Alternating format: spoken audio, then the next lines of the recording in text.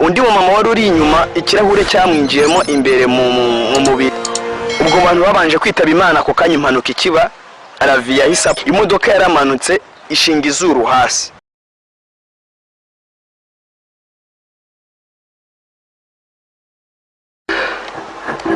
Reka ngushimire ukurikiye Pamela TV G23.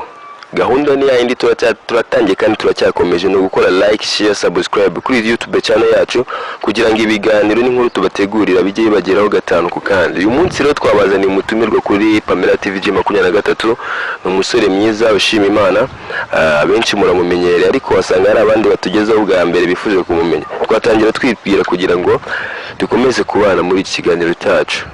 Yamani murakoze, nitwa Edward Vibration muko mumaze kubimenyera. Yes, Edward Vibration. Turakwakiriye kuri Pamela TV G23. Murakoze cyane mu yego.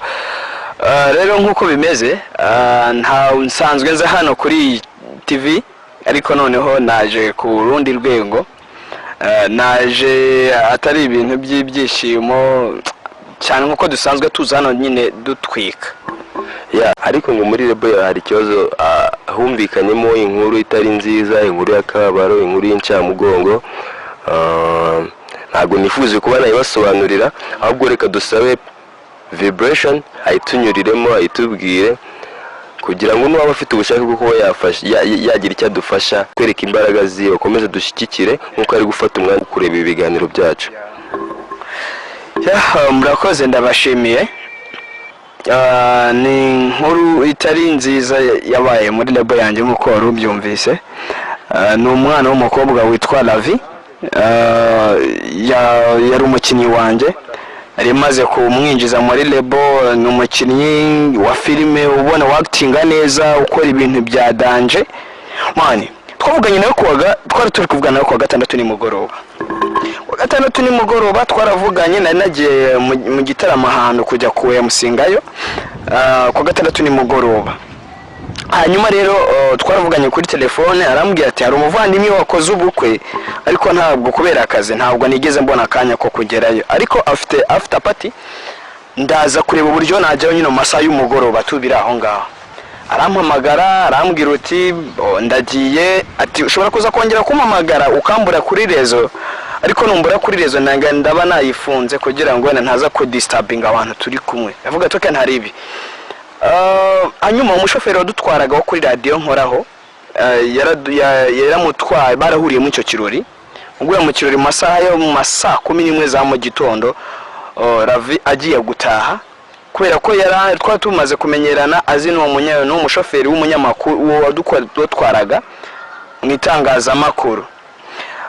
Hanyuma uwo mushoferi rero amuha lift, ariko yari afitemo n'abandi bantu, ntabwo yari wenyine yari afitemo n'abandi bantu. Hanyuma ukuntu byaje kugenda rero, baje gukora impanuka. Kumbe wa mushoferi wadutwaraga wo kuri radio yari yasinze, yanyoye inzoga nyinshi cyane, biza kugeraho atwaye imodoka iza guta umuhanda. So mu guta umuhanda imodoka yaramanutse irucurika. Urabona ko umushoferi aba yicaye imbere hamwe n'undi muntu, hamwe umushoferi aba yicaye. Imodoka yaramanutse ishinga izuru hasi. Urumva kubera ko Lavi yarari imbere n'umushoferi. Ubwo bantu babanje kwitaba Imana ako kanya impanuka ikiba Lavi yahise apfa, mbese n'umushoferi. Undi mu mama wari uri inyuma ikirahure cyamwinjiyemo imbere mu mubiri. Abandi babiri bahita bagwa muri koma. Mu kugwa muri koma rero habayeho kujya kwa muganga. Abandi bo ako kanya ubuzima bwahise buburirwa irengera ako kanya. Bahise bampamagara, bambaye inkuru itari nziza. Kubyakira muri nge numva atari ibintu ndi buze guhita mbona atari ibintu biri buze kunkundira. Ukuntu byaje kugenda rero, byaje kuba ari inkuru itari nziza. Muri nge ako kanya nahise numvamo ko ari ibintu bidashoboka. Ubwo naje guhamagara umwe mu bakinnyi banje witwa Kasha Genix, ni waje kumpamagara arambwira ati manager, ati bimeze bite? Ati ni sawa. Ati wari uzi ko umwe mu bakinnyi bacu yitabye Imana? Numva atari umpa ya nkuru bwa mbere, ahubwo nahise nyihabwa n'abandi banyamakuru dukorana. Bita numva nyine ya nkuru kuko yaje kuba inkuru y'ukuri. Ako kanya hari kuwa mbere ubwo nari mfite off kuwa mbere kuko ntabwo njya nkora, nahise ntega direct njya kuba aho impanuka yabereye, nsanga ibintu byarangiye, yavuyemo umwuka, byabaye mane inkuru idasanzwe ko yanyibutse amarira nzenga mu maso. Bivuze ngo umushoferi we yari yasinze. None se mbere yuko umushoferi abo bantu bagiye kujya mu modoka batari kubona ko umushoferi yari yasinze, byari bimeze gute? Mane ni kwa kundi tu ubona ni kwa kundi ujya kubona ukabona wenda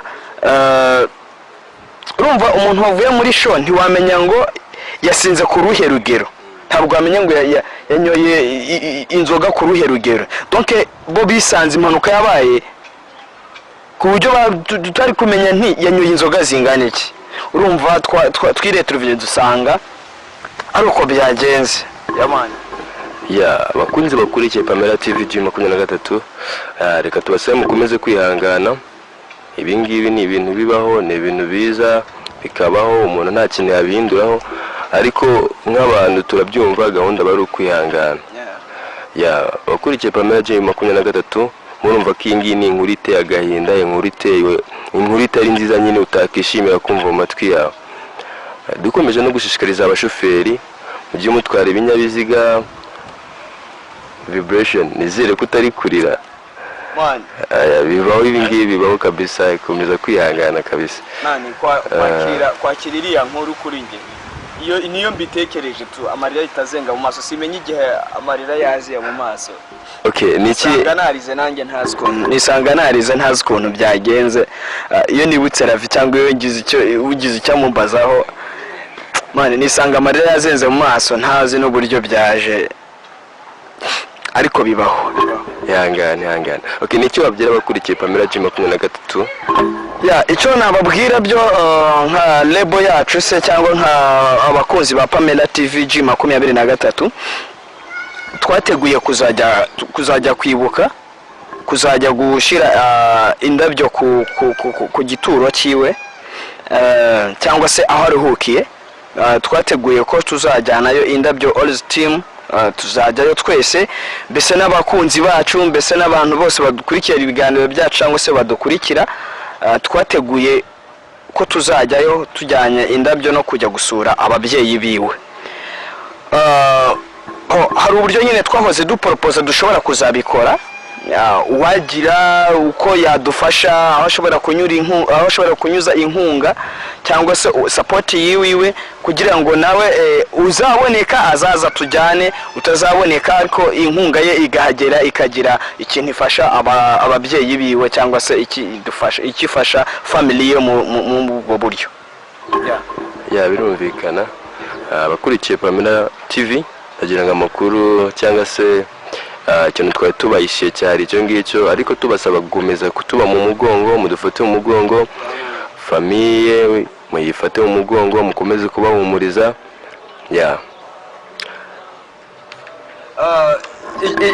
Ikindi aske ndashaka, wenda hari umuvandimwe uherutse kunyandikira kuri Instagram nkimara gupostinga inkuru, kuko kuri site yanjye urabona ko byari bimaze iminsi ari byo bintu biri gucicikana ku mbuga zanjye zose nkoresha.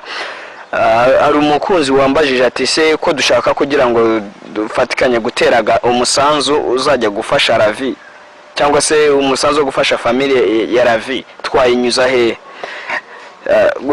Kuba natanga nimero wenda aricyo ntacyo byaba bitwaye nimero. Nta kibazo. Nimero ushobora kunyuzaho inkunga yawe kugira ngo tujye gufatikanya twese nk'abakunzi ba Pamela TV, tukajya gufatikanya kugira ngo dujyane indabyo ku gituro cya Lavi no gufata famiye ye mu mugongo.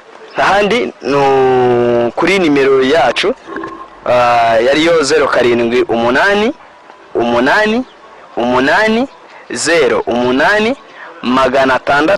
08603. Nisubiyemo ni 0783080603. Amazina baruyeho ni Edward Niyonkuru. Washyiraho umusanzu wawe ugatwandikira ugatubwira uwo uriwe, kugira ngo wenda tuzabashe kugaragaza umusanzu wawe watanze n'igikorwa waba warakoze cy'ubutwari. Ni nk'iri jambo babwira abantu, ijambo ryahindura ubuzima ushaka kubwira nk'umunyarwanda cyangwa ukabwira isi yose muri rusange, rikaba ryahindura ubuzima bwa benshi. Ijambo nabwira abantu ryahindura ubuzima nuko iyi si turimo uko bukeye nuko bwije igenda ihinduka. So icyo nabwira abantu rero, uko isi ihinduka gerageza igusige uhagaze neza mwana, sibyo? Kubera ko Rurema niwe utanga byose, Rurema kandi niwe ufite byose. Icyo ijambo rero nabwira abantu ryahindura ubuzima, menya ngo mpagaze ntege mu mwanya wanjye, ngiye mpagaze gute, ku buryo Allah isaha n'isa yaza kundeba cyangwa se Uwiteka uhoraho ashobora kuza kundeba azasange mpagaze gute. Rero icyo nabwira abantu, gerageza ntuhindurwe n'isi cyangwa se uko isi yikaraga nawe bariko wikaraga. Never. Hagarara mu mwanya wawe kandi usige isi nk'uko ugerageze kugira isi nziza kurusha uko wayisanze. Bakunzi ba Pamela TV G23, reka tubashimire mwebwe twabanye muri iki kiganiro, inkuru y'uno munsi. Gashimire na Diwali Vibration twabanye muri iki kiganiro. Nange reka nshimire abakunzi ba Pamela TV G23, mabwiye ati mukomeze kugubwa neza, mbibutsa no kuza nyine dufatikanye twese kugira ngo dufashe umuvandimwe cyangwa dufate umuvandimwe, famiye y'umuvandimwe mu mugongo. Ciao ciao.